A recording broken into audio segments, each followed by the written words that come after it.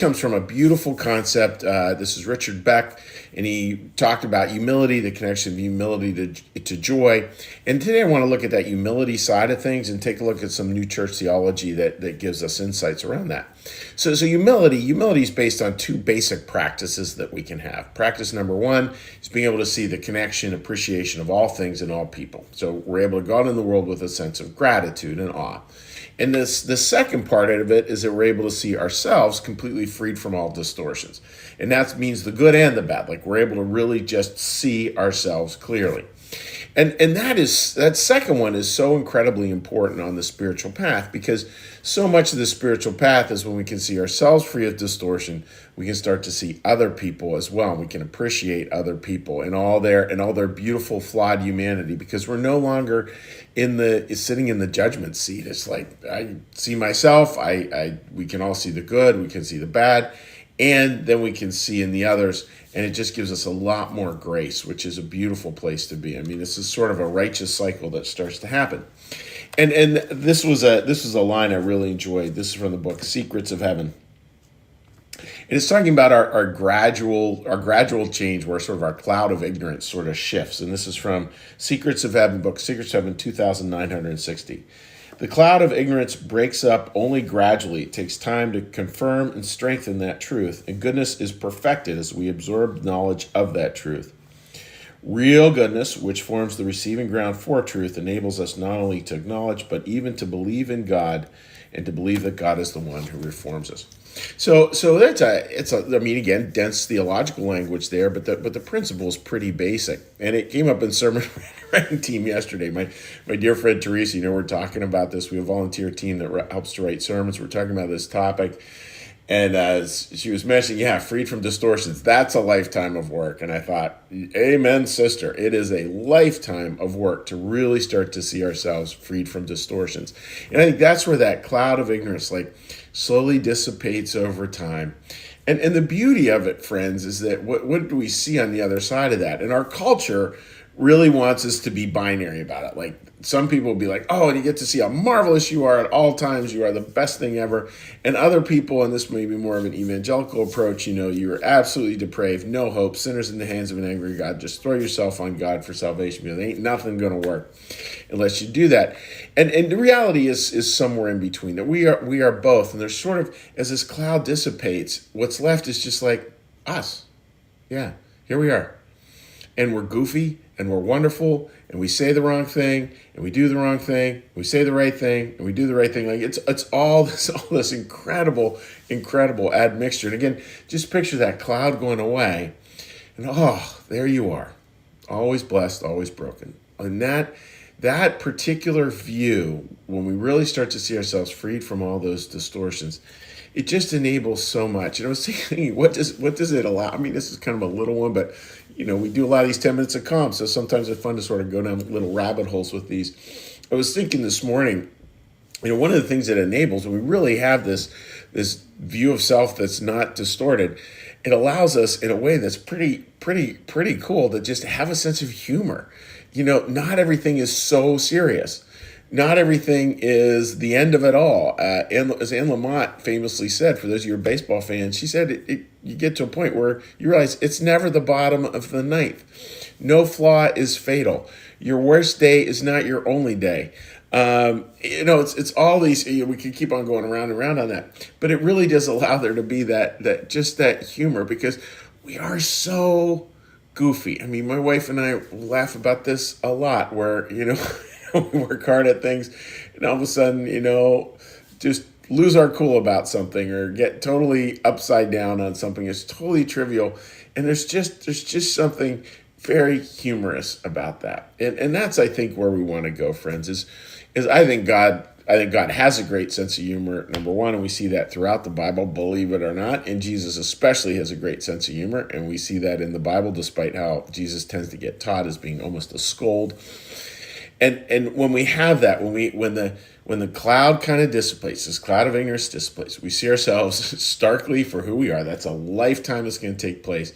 Boy, does it enable us just to have a lot more fun with life, because we take ourselves a lot less seriously, because look, hey, we're goofy, right? take ourselves a lot less seriously, and we're able to take the mistakes of others a lot less seriously too. And it's such a better place to be. I mean, the number of times where, I've seen people like make a firm stand and we're drawing a line and there's blah, blah, blah. And then they cut people out of their lives. They cut family members out of their lives. Like, it just doesn't work terribly well. I mean, there obviously there are some times where that's appropriate. I mean, obviously, but we just got to be careful, right? We got to be so careful with that we're not, seeing them in a distorted way. And is that distortion of another person coming from our own self-distortion of how we see ourselves? So, friends, for the weekend, allow that cloud to dissipate. Have some fun this weekend. Enjoy yourself and others when you realize how goofy you are and how goofy they are. We're just human beings doing the best we can, and it's never going to be perfect. We're never going to walk through life perfectly. It's a dance. It's it's like it's not a line. It's curved. It's a mess. It's Picasso. It's everything, and enjoy that this weekend and just have fun with it all. So that's the thought for today, friends. And what we're going to do now is we're going to shift gears. And when we shift gears here at New Church Live, what we do is we listen to the prayer bell. We do a little meditation. We do a little, little meditation, little prayer, little blessing, and then we'll say hi to anyone who's joined us on Facebook Live. All right, dear friends, let's get a little breath.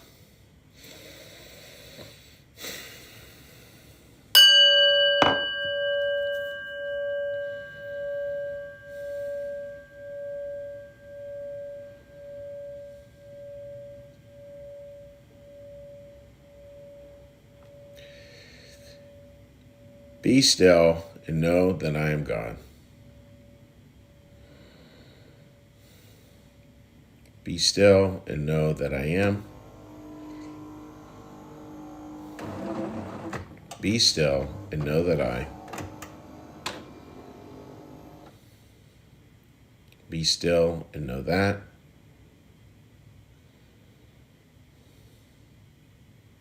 Be still and know. Be still and.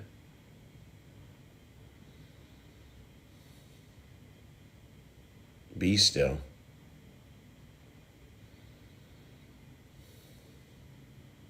Be.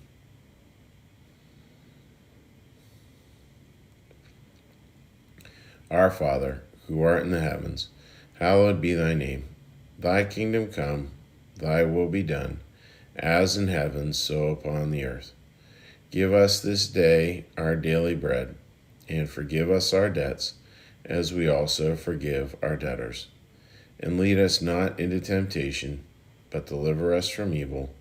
For thine is the kingdom, and the power, and the glory forever. Amen. May the Lord bless you and keep you. May the Lord make his face to shine upon you and be gracious unto you. May the Lord lift up his countenance upon you, bring you peace, and bring you home. Amen. All right, dear friends, let's take a quick peek over here. And I hope, again, you all have a wonderful, wonderful weekend ahead of you, which will be awesome. All right, let's see if it's going to cooperate. All right. Gene writes, good morning. Enjoy your weekend. Well, same to you, Gene. Roland, my great Pocono Mountain buddy. Great to see you joining us, Roland. Great morning message, Coach. You are most welcome, my friend. Great to see you on there. Martha, good morning to you. I hope you're doing quite well. And let's flip on over to here. Take a look over here. Okay, dokie. All righty. All right, Sherry, thank you. Have a great weekend. Same to you. Sherry, wishing all of you a great weekend. Chignone writes, so true. Step by step, we keep peeling off the rust of God has given us eternity for that. Yeah, you know what, Chignone, I love the way you say that, right? Because that's the way it really is. It's just like, it's the Shrek thing. Those of you who like the movie Shrek, it's like it's an onion, and he calls him Onion Boy because it's Shrek's Onion Boy because there's layer upon layer upon layer. And that's what it is. And I sort of think of God as like he's peeling away the layers, but it's so gentle. God never goes too fast. It's always got this beautiful sort of pace to it. And and it's not that like this cloud of ignorance. What would I say? Like it's easy to look at that punitive, like there's dark clouds that are just evil and hell and hemming us in. And I don't think that's it. I think it's just like morning wakes up, we're a little foggy, and God knows that, and that's like part of life is all this fog sort of dispels over time very gently, and we come to see things more and more for as they truly are, and to see ourselves as we truly are, and to see others as they truly are, which is always a good thing. All right, friends, God bless all of you. Have a wonderful weekend. Curtis will be preaching this Sunday, and and I personally will see you back on